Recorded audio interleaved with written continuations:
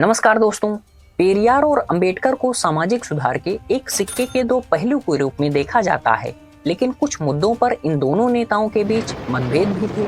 Topic एक होने के बावजूद विचार अलग अलग थे और इस टॉपिक पर आपको बहुत कम वीडियो मिलेगा क्योंकि लोग इस राज को उजागर नहीं करना चाहते। और यहाँ आपको एक या दो नहीं, पूरे के पूरे 10 कारण बताएंगे जिनकी वजह से अंबेडकर की पेरियार से नहीं बनती थी। और ये गजब की डिबेट है जिसमें आपको दोनों नेताओं को समझने का पूरा मौका मिलेगा, इसलिए कोई भी रीजन बिना स्किप किए हुए वीडियो जरूर देखें। तो साथियों, ये सीरीज का 5वां वीडियो है। इससे पहले मैंने 4 वीडियो और बनाया है, उसे भी जरूर देखें। तो चलिए आज का डिस्कशन शुरू करते हैं। दोस्तों, पेरियार बहुत ही नस्लवादी व्यक्ति थे। उसका रीजन यह था कि वह नस्लीय सिद्धांत में विश्वास करते थे, विशेषकर आर्य नस्ल सिद्धांत में। उनका जो विचार था उसी का उन्होंने प्रचार भी किया। उन्होंने नस्लीय रूढ़वादिता को खूब बढ़ावा दिया क्योंकि पेरियार का मानना था कि आर्य आक्रमणकारी थे और ब्राह्मणों के आने से तमिल समाज में विभाजन हुआ है। और भी बहुत सी बातें हैं जिसे मैंने प्रीवियस वीडियो में बताया है, जरूर चेक करें। लेकिन वहीं डॉक्टर अंबेडकर मानवतावादी थे। यहाँ मानवतावादी का अर्थ अंधभक्ति से नहीं है, रिसर्च एंड स्टडी से है। उन्होंने तथाकथित आर्य नस्ल सिद्धांत और भारतीय समाज की नस्लीय व्याख्या का अध्ययन किया, फिर उसे रीजन बताकर खारिज किया। ये कोई हवाई बात नहीं है भाई। मैं आपको उदाहरण भी दे रहा हूँ, वो भी मेरा नहीं है, डॉक्टर भीमराव अंबेडकर जी का ही है। और उन्होंने शूद्र कौन थे में आर्य आक्रमण के सिद्धांत के साथ साथ आर्य जात के विचार को एक आविष्कार कहा था और लिखा है कि यदि एंथ्रोपोलॉजी एक विज्ञान है जिस पर लोगों की नस्ल निर्धारित करने के लिए भरोसा किया जा सकता है, तब इसके माप यह स्थापित करते हैं कि ब्राह्मण और अछूत एक ही नस्ल के हैं। इससे यह निष्कर्ष निकलता है कि यदि ब्राह्मण आर्य हैं तो अछूत भी आर्य हैं, यदि ब्राह्मण द्रविड़ हैं तो अछूत भी द्रविड़ है। लेकिन वहीं पर इसी विषय पर पेरियार का क्या कहना था उसे भी हम समझ लेते हैं, क्योंकि मैंने पहले ही कहा कि टॉपिक एक खोलने पर भी इनके विचार अलग अलग थे। तो पेरियार ने इस विषय पर कहा था कि हम तमिल लोग इस भूमि के शासक थे और हमने खाना बदोशों के एक समूह के कारण अपनी प्रतिष्ठा, शासन शक्ति और वीरता खो दी, जो अपने मवेशियों के साथ यहाँ पर आए थे। ये खाना बदोश आर्यों को कह रहे हैं और यह भी कह रहे हैं कि आर्य विदेशी थे।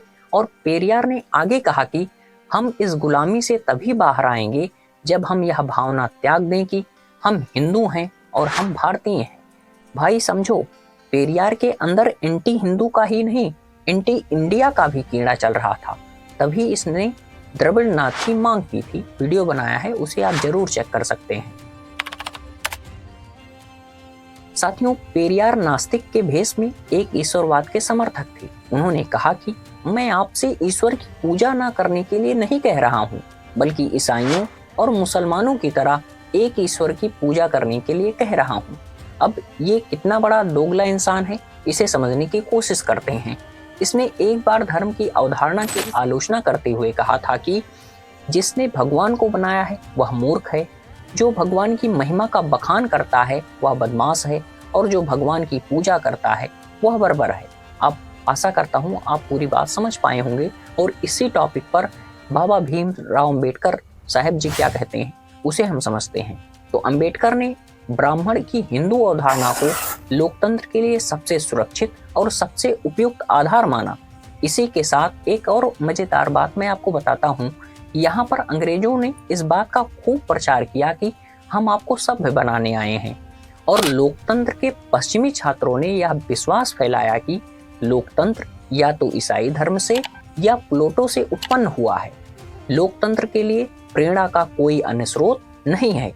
अब इन सब की बाबा साहेब धोती खोल देते हैं। उन्होंने कहा कि यदि उन्हें पता होता कि भारत ने भी ब्रह्मवाद का सिद्धांत विकसित किया है और जो लोकतंत्र के लिए बेहतर आधार तैयार करता है, तो वे इतना हठधर्मी नहीं होते। ऐसे थे हमारे बाबा साहेब अम्बेडकर, जो तर्क के साथ बातों को खारिज करते थे।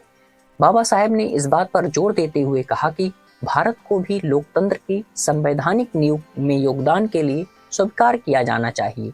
इस पर मैं कुछ और नहीं बोलना चाहता, लेकिन एक लाइन कहूँगा, जो अंग्रेज हमको आपको सभ्य बनाने की बात करते थे, उन्होंने जब हड़प्पा सभ्यता को देखा था तो उनके पैंट गीले हो गए थे। साथियों, पेरियार पूरी तरीके से लोकतंत्र के खिलाफ थे। वे समाज की सभी समस्याओं का मूल कारण लोकतंत्र को मानते थे और इसे ब्राह्मणों की दुष्ट चाल मानते थे, मतलब नस्लवादी थे, तो इसलिए सब काम के लिए ब्राह्मण ही दोषी थे। इनके नज़र में कुछ और बातें नहीं थी। यही नहीं, उन्होंने एक संपादकीय में कहा कि विभिन्न भाषाओं, धर्मों और कम साक्षरता वाली जातियों वाले राष्ट्र में लोकतंत्र किसी भी तरीके से कोई प्रगति नहीं कर सकता। वहीं दूसरी ओर बाबा साहेब भीमराव अम्बेडकर ने सार्वभौमिक मताधिकार का पुरजोर समर्थन किया और सोचा कि वोट का प्रयोग स्वयं एक शिक्षा है। कहने का अभिप्राय यही है कि कम से कम अपनी बुद्धि और विवेक का प्रयोग तो करेगा व्यक्ति और यह सोचेगा कि उसके लिए कौन सा उम्मीदवार सही है। अब वो अलग बात है कि पहला फुसला लिया जाता है पैसे दे करके, अंडे मुर्गे के नाम पर, दारू के नाम पर को इस व्यक्ति के स्थान पर इस व्यक्ति को वोट डालने के लिए बाध्य कर दिया जाता है, वो अलग बात है। तो हर व्यक्ति के हर बिंदु के एक सिक्के के दो पहलू होते हैं, पक्ष विपक्ष होता है। तो उन्होंने जो तर्क दिया वो यही दिया कि वह कम से कम अपनी बुद्धि विवेक का प्रयोग करके वोट के माध्यम से अच्छे उम्मीदवार का चयन तो कर सकता है। और उन्होंने इसे व्यवहारिक ही नहीं, सैद्धांतिक रूप में भी परिभाषित किया। डॉक्टर अंबेडकर ने प्रसिद्ध रूप से कहा था कि सामाजिक लोकतंत्र का अर्थ जीवन जीने का एक तरीका है जो स्वतंत्रता, समानता और बंधुत्व को जीवन के सिद्धांत के रूप में मान्यता देता है। अब कुछ लोग इस मुद्दे पर मुझे ही घेरने का प्रयास करेंगे कि बाबा साहेब का लोकतंत्र पर अलग विचार था, तो मुझे भी पता है और बीबीसी पर उनका एक इंटरव्यू है। तो नेक्स्ट वीडियो में मैं खुद ही चर्चा करूंगा कि व्हाई डेमोक्रेसी इज बैड। ठीक है ना जी? तो चलिए आगे बढ़ते हैं। साथियों, पेरियार मूलतः भारत विरोधी था। उन्होंने भारत को कभी एक एकीकृत इकाई माना ही नहीं। वह भारत के भाषाई और नस्लीय विभाजन के पक्ष में थे, क्योंकि नस्ल के आधार पर ही तो उन्होंने द्रविड़नाथ की मांग की थी। और भाषाई झगड़े के बारे में आप जान ही रहे हैं, वही Tamil hate Hindi video check कर सकते हैं, मैंने बनाया है। इसके साथ साथ वहीं पर डॉक्टर भीमराव अम्बेडकर भारत की बुनियादी सांस्कृतिक एकता के पक्षधर थे और उनकी भारतीयता यही नहीं खत्म होती। डॉक्टर अम्बेडकर ने राष्ट्र राज्य के भाषाई आधार को निश्चित रूप से खारिज कर दिया था। एक बार उन्होंने कहा कि मैंने विभाजन की वकालत की क्योंकि मुझे लगा कि केवल विभाजन से ही हिंदू न केवल इंडिपेंडेंट होंगे बल्कि फ्री भी होंगे। जब विभाजन हुआ तो मुझे लगा कि भगवान अपना अभिश्राप हटाना चाहते थे और भारत को महान और समृद्ध बनाना चाहते थे। लेकिन मुझे डर है कि कहीं फिर से श्राप न पड़ जाए, क्योंकि मुझे लगता है कि जो लोग भाषाई राज्यों की वकालत कर रहे हैं उनके दिल में क्षेत्रीय भाषा को आधिकारिक भाषा बनाने का आदर्श है। अभी रुकिए, अभी तो आपने केवल 4 कारण सुना है, अभी आपको 6 कारण सुनना है, जिसके बाद आप अंबेडकर साहब को सही तरीके से समझ पाएंगे। साथियों, पेरियार को संस्कृत सहित ब्राह्मण से जुड़ी हर चीज से गहरी नफरत थी। उन्होंने ऐलान किया कि आर्य अलग अलग स्थानों पर खाना बदोश थे और उन्होंने अलग अलग बोलियां अपनाई, और जिसे वे आज अपनी संस्कृत भाषा कहते हैं, वह संस्कृत भाषा वास्तव में विभिन्न युगों में विभिन्न स्थानों पर बोले जाने वाली उन बोलियों और भाषाओं का एक संयोजन मात्र है और कुछ भी नहीं। और संस्कृत भाषा में कुछ भी श्रेष्ठ नहीं है। ब्राह्मण केवल स्वयं को श्रेष्ठ बनाने और अन्य भाषाओं को नीचा दिखाने के लिए संस्कृत के बारे में ऊंची ऊंची बातें करते हैं, जैसे संस्कृत सभी भाषाओं की जननी है या संस्कृत देवों की वाणी है। पेरियार इन्हीं बातों को लेकर इनकी आलोचना कर रहा है। वहीं दूसरी ओर डॉक्टर अंबेडकर चाहते थे कि संस्कृत भारत की राष्ट्रभाषा बने। अब आप स्वयं सोच सकते हैं कि संस्कृत ही एक टॉपिक होने के बावजूद पेरियार अलग दिशा में बातें कर रहे हैं, वहीं बाबा साहेब भीमराव अम्बेडकर अलग दिशा में बात कर रहे हैं। उन्होंने संस्कृत की प्रशंसा यह कहते हुए किया कि संस्कृत महाकाव्यों का स्वर्णिम खजाना, व्याकरण, राजनीति और दर्शन का उद्गम स्थल होने के साथ साथ तर्क, नाटक और आलोचना का घर भी है। अब यहाँ पर मैंने एक वीडियो और बनाया है कि अंबेडकर संस्कृत को आधिकारिक भाषा क्यों बनाना चाहते हैं, आप उस वीडियो को भी जरूर चेक कर सकते हैं। साथियों, पेरियार ने ब्राह्मणों के खिलाफ नस्लीय नफरत को बढ़ावा दिया और स्पष्ट रूप से यहूदियों के साथ तुलना की, क्योंकि ये भी हिटलर जैसी बात करता था। जैसे हिटलर कहता था कि गरीबी और सभी परेशानियों की जड़ यहूदी लोग हैं, और पेरियार कहता था कि ब्राह्मणों के आने से तमिल समाज में विभाजन हुआ है। यही नहीं, आपको सुनकर हैरानी होगी कि पेरियार ने यहूदियों के प्रति यहूदी विरोधी नफरत को भी उचित ठहराया और ब्राह्मणों के साथ भी ऐसी ही नफरत की कामना की। यही है पेरियार की महानता। और इसने ब्राह्मणों के खिलाफ बयानबाजी का एक नमूना भी दिया और कहा कि यहूदियों का कोई राष्ट्र नहीं है, इसलिए उनमें देशभक्ति नहीं है। यह एक तथ्य है जो उन ब्राह्मणों के साथ मेल खाता है जिनके पास कोई अपना अलग राष्ट्र नहीं है। क्या यह समानता नहीं है? प्रश्न पूछते हुए, व्यंग करते हुए ये बातें कह रहा है। और यहूदी केवल अपने प्रति आसक्त होने के कारण सत्ता में बैठे लोगों को बहला फुसला लेते हैं और अपने जीवन यापन के लिए दूसरों को चोट पहुंचाने और उन्हें चूसने की धूर्त चालों में लगे रहते हैं। क्या यह उन ब्राह्मणों के साथ मेल नहीं खाता जो बिना किसी जिम्मेदारी के सत्ता में बैठे लोगों को खुश करते हैं और दूसरों पर हावी होने की कोशिश करते हैं?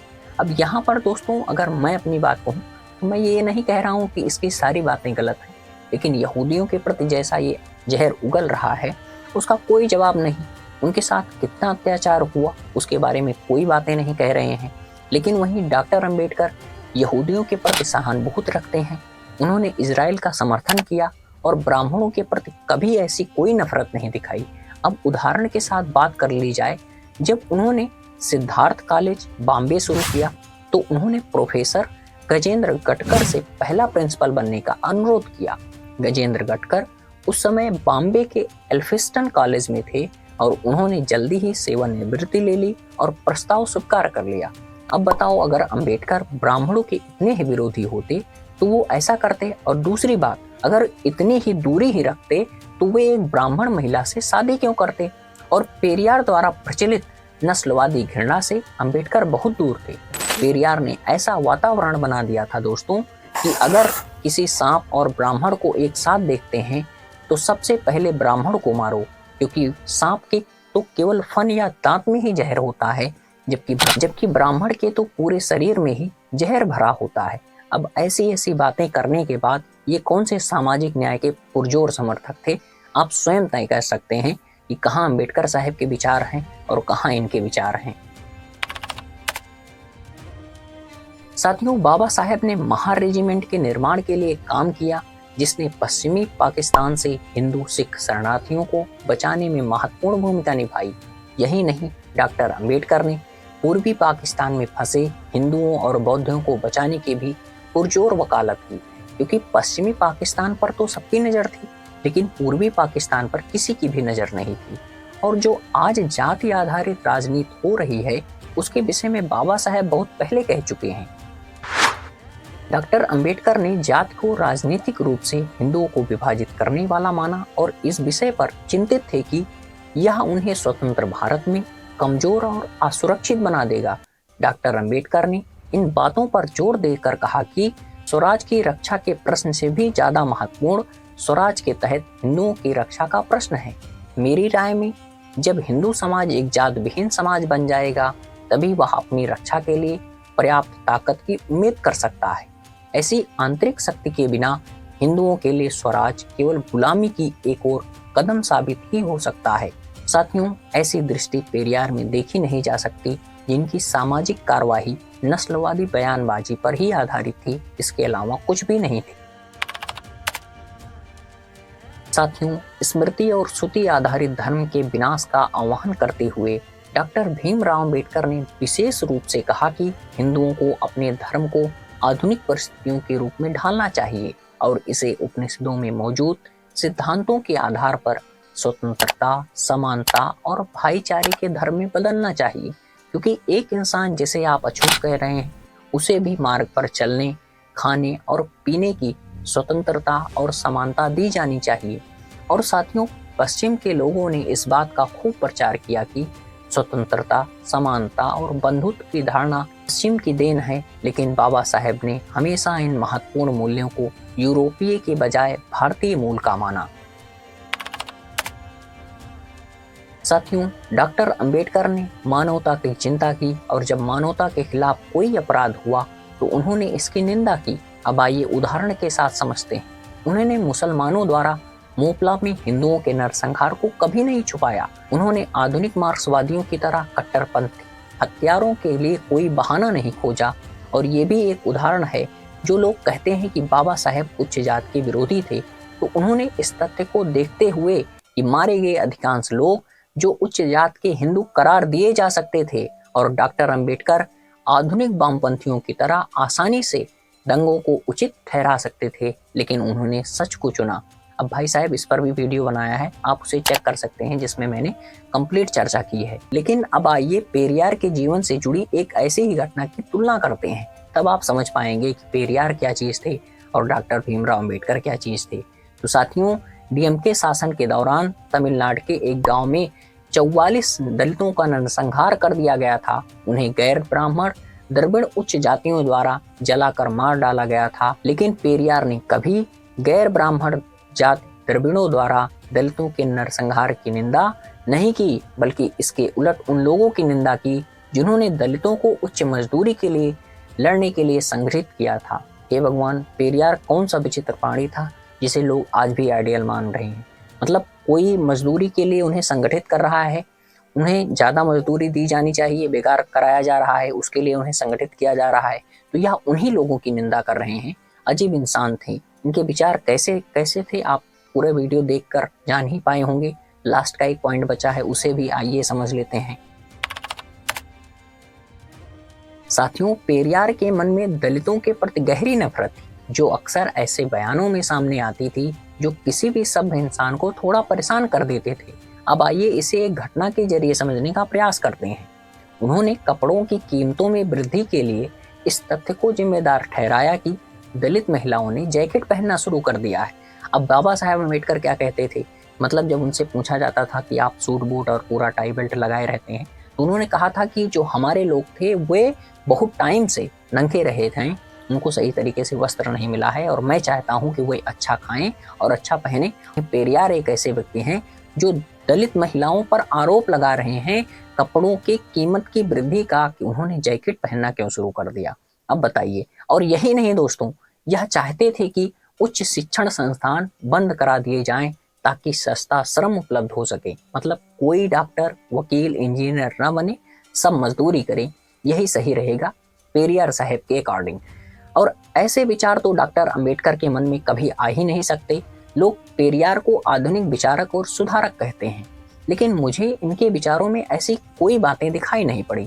तो हाथ जोड़कर कह रहा हूँ, पेरियार जैसे इंसान को कुछ मुद्दों को छोड़कर बाबा साहेब से जोड़कर ना देखें, यही काफी ज्यादा अच्छा होगा। बाकी इस मामले पर आप क्या सोचते हैं कमेंट बॉक्स में बताएं। कुछ मुद्दे थे जिनको लेकर पेरियार और अंबेडकर समान थे, उसके बारे में नेक्स्ट वीडियो में चर्चा की जाएगी। कमेंट बॉक्स में वही बातें लिखें जो इस वीडियो में कही गई हैं। जो बातें नहीं कही गई हैं, अगर आप उसे आधार बनाकर कहेंगे तो आप केवल मुझ में कमी निकालेंगे। मिलते हैं किसी नेक्स्ट वीडियो में, और ऐसे ही इंटरेस्टिंग, अमेजिंग हिस्टोरिकल वीडियो के लिए हमें सपोर्ट करने के लिए सब्सक्राइब करें, और इस जानकारी को अधिक से अधिक लोगों तक पहुंचाने के लिए वीडियो शेयर करें। नमस्कार, धन्यवाद दोस्तों।